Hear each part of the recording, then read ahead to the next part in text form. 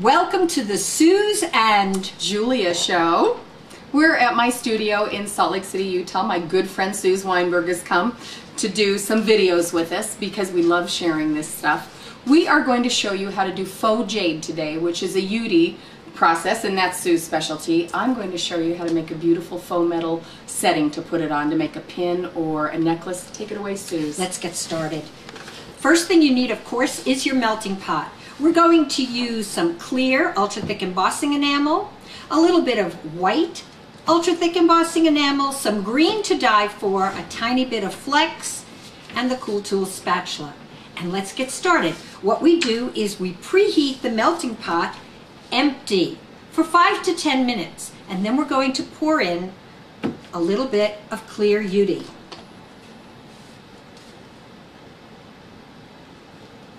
Then just cover your pot and let it melt.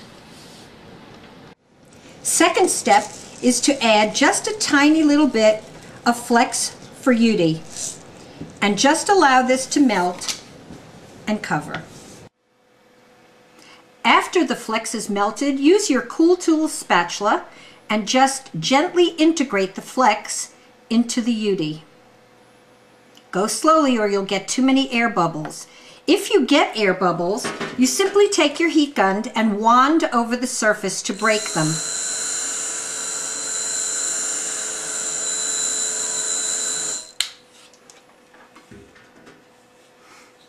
Next step is to add a couple of drops of green to dye for. This is a heat-safe ink. Don't put anything else into your melting pot that isn't meant for heat. And now we're going to stir again gently to integrate the green. Now the secret ingredient is to add just a tiny little sprinkle of white ultra thick and then stir. And what you've done is turned the transparent green into an opaque color that resembles jade. And it's just fascinating to watch this color take hold. And again, if you see air bubbles, just wand over it with your heat gun and they'll burst.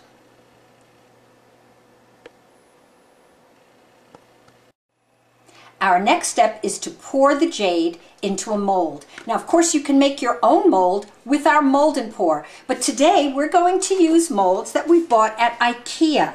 And these are silicone rubber. I've used them before in some projects. They need no release and they're flexible, and today we're going to pour a little heart. So you simply lift your melting pot and pour gently into your mold. You can fill up as many as you like and just allow it to harden. Sometimes I get impatient. That's when these little handy-dandy fans come in handy. That was a good one, Julia. It was funny. As soon as the ultra thick hardens, it will pop right out of the mold. And if you find that the surface is a little bit dull, again, just use your heat gun and wand over it and it'll bring the shine back. Now, Julia's going to take this beautiful little heart and create an exquisite piece of jewelry, and she's going to show you how to use her brand new Flourish stamp set. Good job, Suze. I know. I tried, Julia. It's called Flourishes and Flora. You know, there's some flowers on there. Flourishes and Flora. I hope you all got that. If you can say it 10 times, you win. Flourishes and Flora. Right. You go to it, Miss Julia. Thank you. Can I have that little heart? It's yours. Here we go. Now, for those of you that haven't seen me do faux metal treatments, you can go to our website and look up faux hardware for faux metal and get this, but we're going to do a little twist on it, and it's really easy to make this look like a metal setting. We've just layered cardstock squares. We've glued them together with a glue stick. I'm going to use a little bit of water. These are perfect pearls. Remember, these are mica pigments. They've got all the resins and binders in them, and so you don't need to do anything else to make them stick to paper. These are going to dry permanent on here. And this is the patina kit. This is the gold. It's a heritage gold. It's a very antique looking gold. We're just using enough water to get this paint on here. Now, with this dampness, we're going to add a little patinas. This is patina green, which is part of the patina perfect pearl line. And I used green because I thought it'd be gorgeous with the jade, and I can't resist a tiny, tiny little bit of this rusty color, this is the bronze from the metallics kit. So a little bit of rust on the corners, and there you have it. Now I wanted this to look like an old, sort of a beat up piece of metal, and this is how I age it. Okay, the end of a brush. Not a fancy tool, I know, but it works great to give that hammered effect. We also took a rubber mallet and put some linoleum tacks in it. Sorry about the pounding.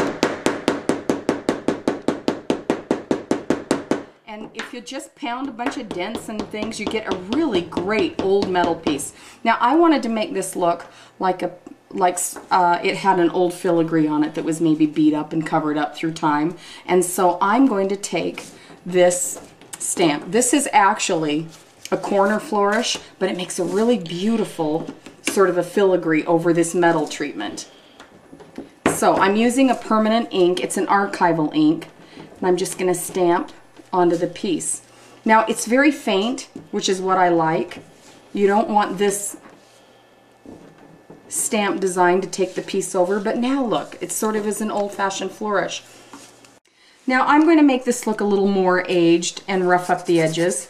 We just use a file or sandpaper, whatever you've got that'll rough them up. But I love that sort of a faint filigree look, and that is a great thing to do, is just to stamp over. You can even sand on the top a little if you want. Now the rest of the way we finished this setting, we just glued, you can see, a strip of beading, and on the back took another panel and glued that on. So what we got was this lovely thing with a nice back. If you want, you could put the faux metal treatment on the back. Now, glue this on, put a pin back or a bail. Would that be a great pin? There you have it. I would even be tempted. I don't know, Suze, how about you? I'd be tempted to wrap that in some wire, or how about some beads? Do it, Julia. Beads and wires. Beads and wires. Beads and wires. The more the merrier. We can't control ourselves with beads and wire? Beads and okay, wire. Give me the Zamora beads. Okay, they're coming. Pass this on to Sue to glitz up. It is her specialty after all.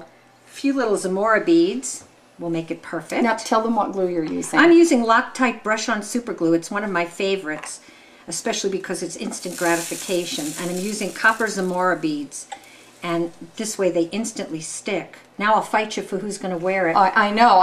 Do you know what I didn't think of? We could have stamped a filigree on there too. Well, next time More we ideas. will. You do it.